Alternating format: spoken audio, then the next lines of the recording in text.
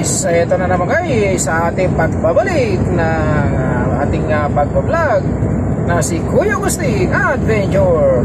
Papunta tayo ngayon guys ng Jeddah. Ngunit nandito pa lang tayo sa Jeddah Road. Alas 3 na guys ng hapon, hindi pa tayo nakalagpas ng Riyadh. Uwi ka tayo guys, dahil iwas tayo sa truck ban. Ito guys, ang aking dinadaanan dito sa Jeddah. Jeddah. Kung ang tawagin nila ito, yung daan ng iwas sa mga truck ban dyan sa Riyadh. Malayo nga lang to guys. Ito, wala pa tayo dyan sa main road. Dito pa lang tayo sa daan na to. Hindi pa tayo nakalabas. Sa dulo nito, yung pa lang ang main road na papuntang Jeddah. Pag kumanan ka, papunta ng Riyadh. Pagka tawid mo sa kabila, makaliwa, papunta ng Jeddah. Ang arrival natin guys, alas 11 bukas ng umaga ng tanghali. Sigurado, puyat na naman ito guys. Inaantok-antok na nga ako pero wala talagang meron talaga gusto ko matulog di pwede.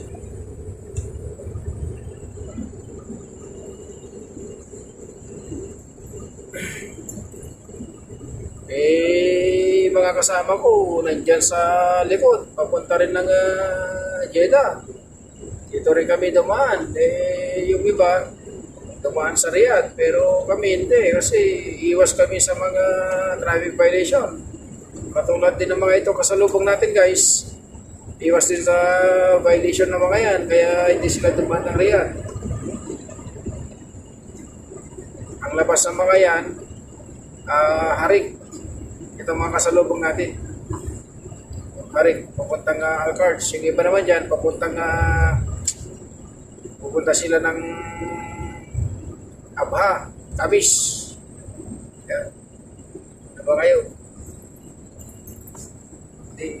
Ibiba yung destination ng mga truck na yun. Kasi ngayon guys, kung saan yung mga daan na iwas sa truck ban, gano'n, doon kami dumadaan. Kasi mahal ng truck ban. Mga traffic violation na truck ban. 1,000. Kaya yung mga ibang driver na trucking, naghahanap ng alternatibong daan.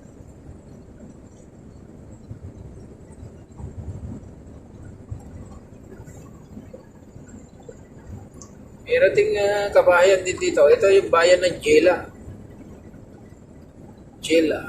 Ito yung bayan niya.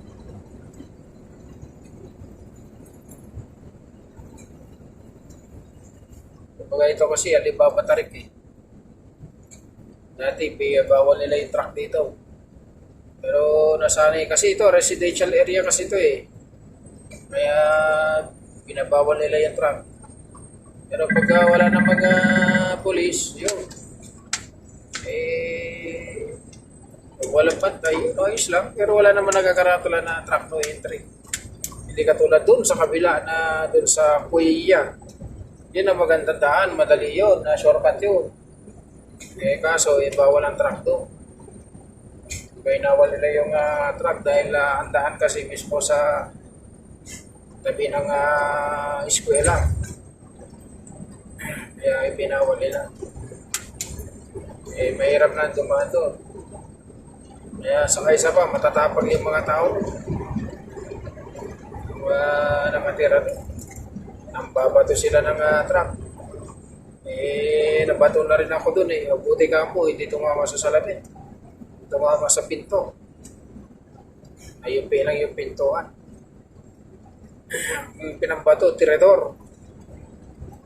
Tawagin sa iba ng balsig. Sa Tagalog, tirador.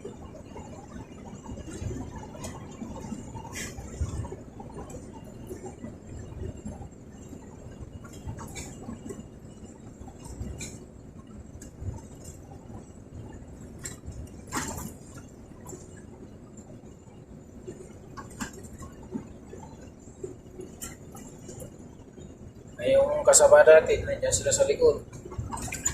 Eh, kanina, nagwekos-mekos tayo. Dahil nauutom na ako. Eh, nagluto ako ng ano, yung ampalaya, yung paborito kong ampalaya. Na may itlog. Igilisa ko na lang sa... Igilisa ko yung ampalaya. Lagyan ko 2 pirasong itlog. Eh, ayos na yun. Yung half cook lang ba na pakaluto ng palaya para hindi mapait. Sarap pa siyang palaya rito, hindi mapait. Hindi. Mapait man, pero hindi naman masyado.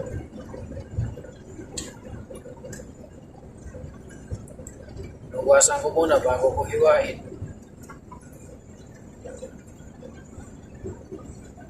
Sarap sana yung magluto ng bugo, kaso hindi pwede dahil nga biyahe, may running time.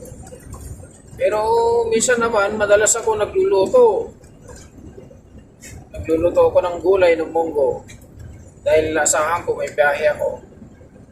Pagkuha ko naman ng biyahe, minsan nakakancel. Pero pag wala akong baon, hindi nakakancel ang biyahe ko. Noon naman, bumili ako ng 1 kilong asa-asa. Dahil ang asahan ko, may biyahe ako. Nung pagkano ko sa pagpunta ko dun sa schedule ng biyahe ko sa planta ang kunin ko na sabi cancel daw. Yo. Inaabot ng 1 linggo yung 1 linggo yung paksyo na kuan. Asa-asa na isda. Minsan mahirap din yung mahirap din yung magluluto ng baon. Pag hindi natuloy yung biyahe mo, ay balik-balikan mo yung niluto mong ulam.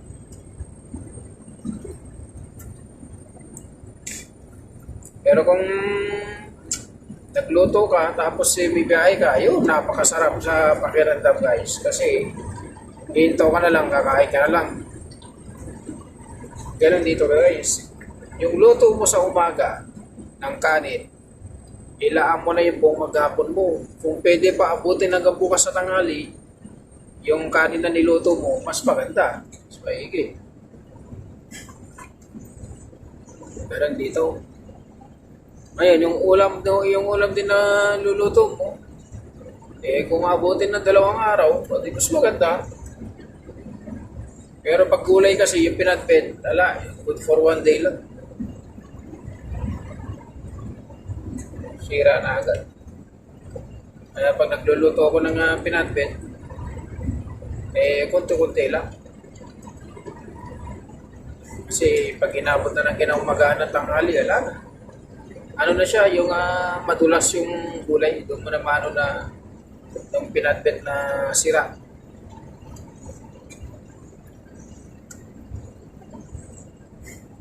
Tulad yan, may mga ilulutuin tayo dyan na pinatbet. May mga gulay dyan.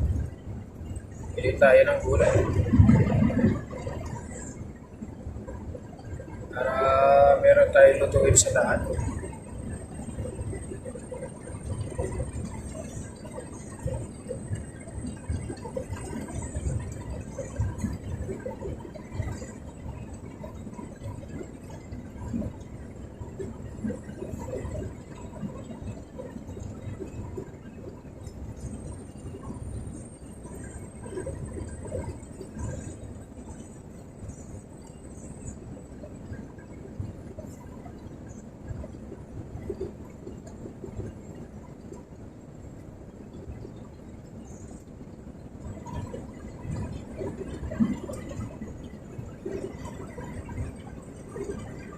Yung mga puti na yan guys na ako na yan yung pinakamuhong. Yung muhong ng lupa nila rito. Kasi ano na to, residential area na to, tatayuan na nila yun ng bahay. Sila yung gusto bumili, ganun. Arabo lang. Pwede yung foreigner. Ay sila lang. tulad sa Pilipinas na pwede bumibili ng ano yung lupa doon yung mga foreigner.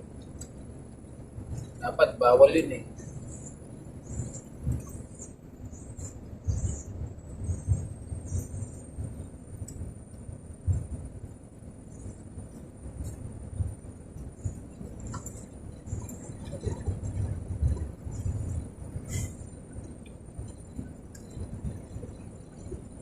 Yan yung bahay ng Badu.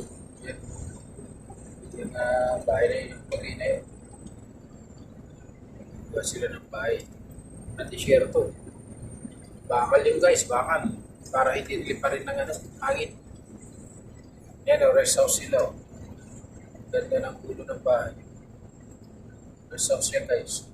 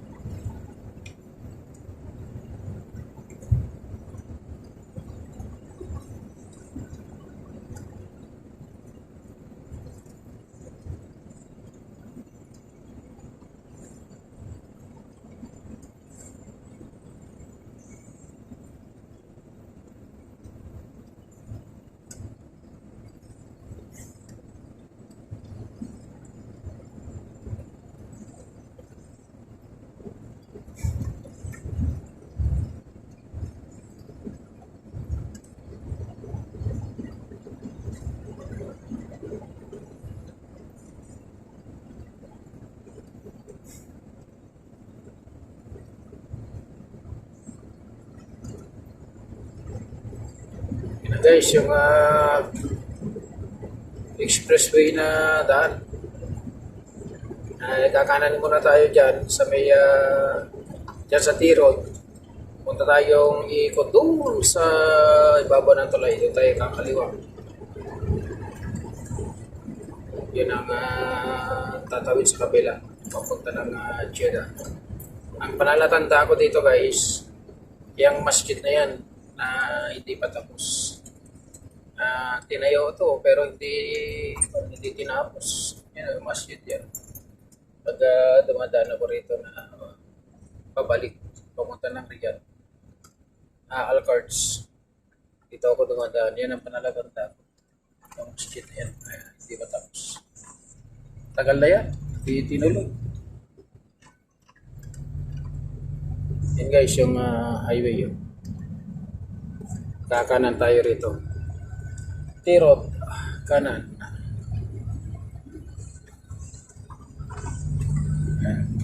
Mga yan, tatawid sila ng Riyadh mga yan. Pero, bukas pa yan ng umaga, mga makatawid mga yan, mga alauna, pakawala. Ang madaling araw. Kaya maiipon yung truck dyan sa Dirap, sa Berian.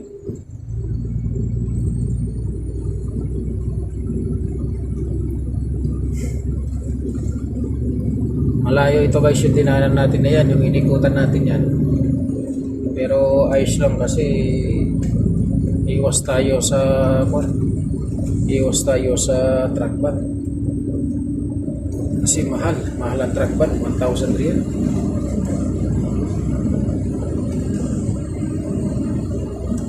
Ito guys, service road to. Parang parang highway na sa Pilipinas to, service road to. Doon tayo sa tulay na tatawid.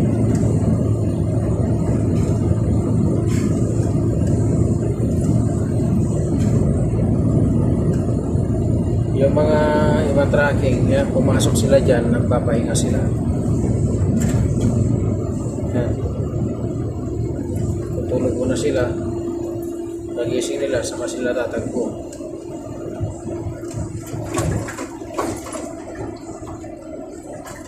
Ito, kagigising lang nito.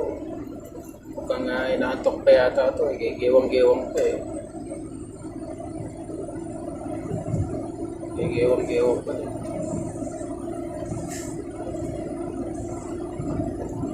Inaantok pa yata ito.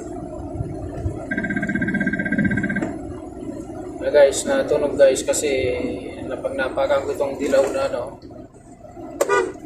dilaw na yung puti na guhit, radar tumutunog yung dito, yung nagpapaser dito sa loob.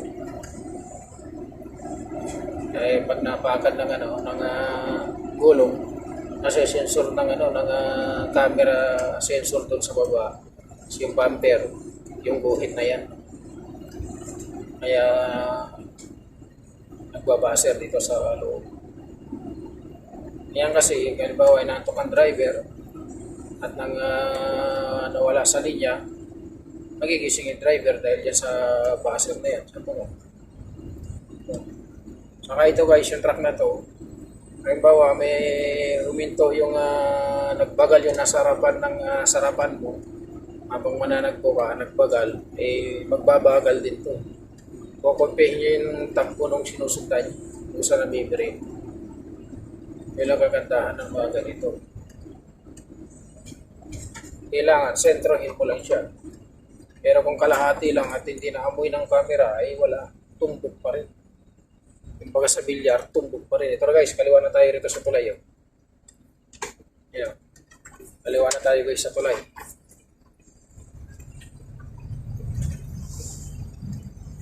Kaliwa tayo guys dito sa tulay guys.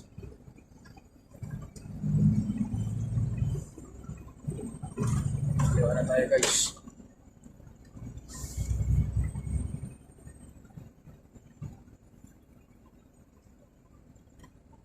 Guys, yung papuntang Jeddah, kaliwa.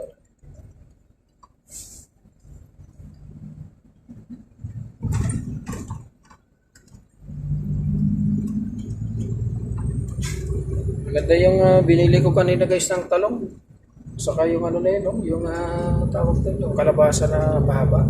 Sariwa pa yung talong. Kaya doon ako bibili, doon sa binilang ko niyan guys yung gulay. Mura yung niya, isang balot 5 kilos. Tapos yun, nasa 10 pesos yata yung talong na yun. 5 diyan lang din. Malalaki. Guys, itago ko muna guys yung camera kasi ito yung TV monitor ko yan. Hindi na guys. Wala na. Malampas na.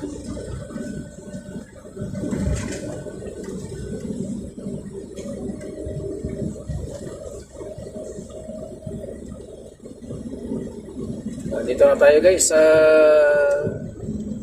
Jeddah Expressway. Itong daan na to, expressway na to. Diretso na to guys. Diretso na. Punta ng Jeddah.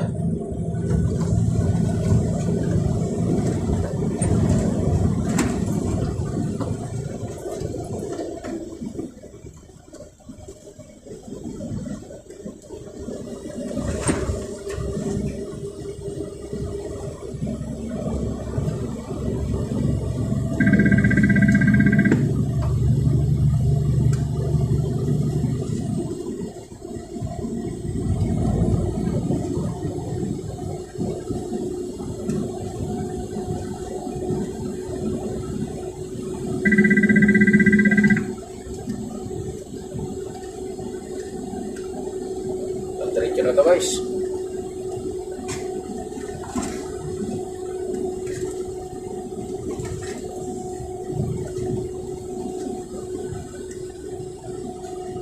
Guys, maraming salamat sa inyong panonood sa aking upload na video. Naway supportan nyo ang aking channel na si Kuya Gusti Adventure. Maraming salamat guys. God bless you all.